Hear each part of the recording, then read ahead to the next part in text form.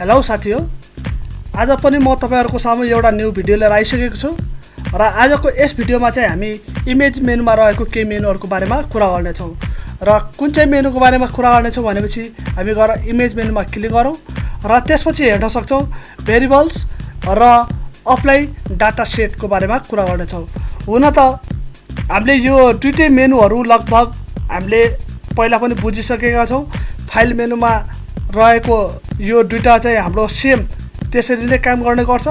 तैपनि यसलाई चाहिँ एक्जाम्पलको लागि अलिकति म केही भए पनि देखाइदिन चाहन्छु र यसको लागि सबैभन्दा पहिला पिक्चर एउटा ओपन गरौँ फाइल मेनुमा गएर र त्यसपछि ओपनमा गएर क्लिक गरौँ र हाम्रो यो ओपन डकुमेन्ट फोल्डरमा एउटा पिक्चर देखाइराछ। यसलाई हामी सिलेक्ट गरौँ र ओपन गरौँ।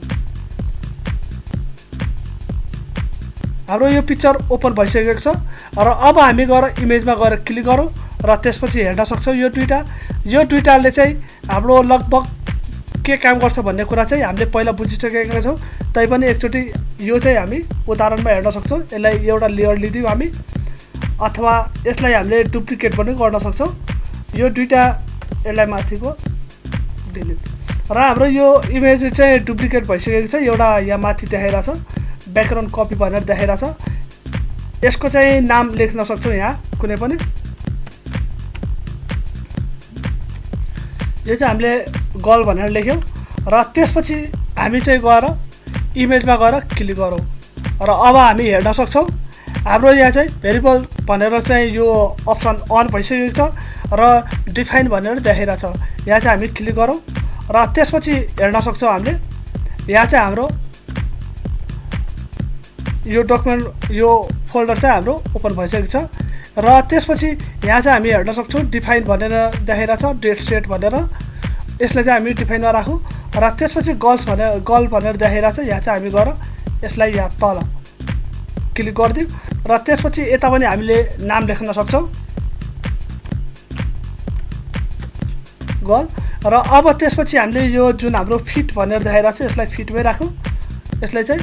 र अब हामी यहाँ पनि योबाट पनि यसले के गर्छ भनेपछि हामीले जुन यो डिस्क्रिप्सनहरु छ यसमा हाम्रो जुन इमेजहरु देखाउने गर्छ यसलाई चाहिँ हामीले यताबाट चेन्ज गर्न सक्छौं र यसलाई चाहिँ हामी ओके गरौँ। ओके गर्यौं र अब हामी गएर फेरि इमेजमा गएर क्लिक गर्न सक्छौं र त्यसपछि अब हेर्न सक्छौं हामी हाम्रो तलको डेट सेट पनि अन भइसकेको छ र अब हामी यसमा क्लिक गरौँ र यो हेर्न सक्छौं हामीले यसको बारेमा पनि पहिला बुझिसकेका छौं।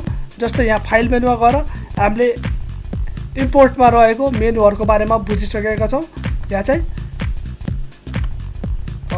यहाँ फाइल मेनुमा गएर क्लिक गरौँ र इम्पोर्टमा गएर हामी यहाँ चाहिँ डेट सेट हेर्न सक्छौं। हामीले भेरिएबल डेट सेट यहाँ चाहिँ हेर्न सक्छौं। यसको बारेमा हामीले सबै बुझिसकेका छौं र अब हामी यसलाई क्यान्सल गरौँ र इमेज मेनुमा रहेको हाम्रो यसले पनि सेमै काम गर्छ। त्यसैले अब चाहिँ हामी यहाँ अप्लाई डेट सेटको बारेमा कुरा गरौँ। यो अप्लाई डेट सेटले के काम गर्छ भनेपछि कसरी गर्छ भन्ने कुरा चाहिँ हामीले हेर्न सक्छौं। त्यसको लागि सबैभन्दा पहिला यसलाई सो गर्नलाई अन गर्नलाई हामीले सबैभन्दा पहिला यहाँ गएर डेट सेटमा क्लिक गरौँ र त्यसपछि यता चाहिँ हामीले अब यहाँ यो सबै त बुझिसकेको छ। इम्पोर्टमा गएर हामी क्लिक गरौँ र त्यसपछि यताबाट हामीले कुनै पनि एउटा पिक्चर अथवा फाइलहरु चाहिँ ओपन सिलेक्ट गर्न सक्छौं र यसको लागि चाहिँ हामीले यहाँ गएर डेस्कटप र यो देखाइराछ यसलाई चाहिँ हामीले गर्न पर्छ। यता जुन हाम्रो देखाइराछ यसलाई गर्न सक्छौं। यसलाई क्यान्सल गर्दियौ र क्यान्सल गरेर हामीले यसलाई पनि क्यान्सल गर्न सक्छौं।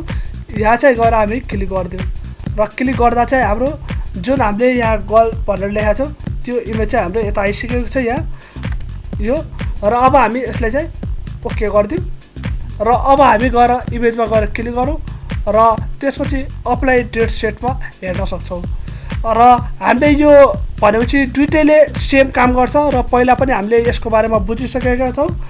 त्यसैले यसमा चाहिँ हामीले सेमै काम गर्नुपर्नेको कारणले हामी चाहिँ यसको बारेमा लगभग हामीलाई यो हामीले कुनै पनि इमेजहरुलाई चाहिँ डेटहरु अथवा कुनै पनि हामीले यसमा डाटाहरु अथवा युजहरु गर्नु छ भने यसबाट हामीले सजिलै युज गर्न सक्छौं। र आजको यस भिडियोमा चाहिँ हामीले भेरिएबल्स र अप्लाई डाटा सेटको बारेमा चाहिँ कुरा गर्यौं। हामी नेक्स्ट भिडियोमा चाहिँ नेक्स्ट मेनुको बारेमा कुरा गर्नेछौँ, त्यसैले नेक्स्ट भिडियो हेर्न चाहिँ नभुल्नु होला।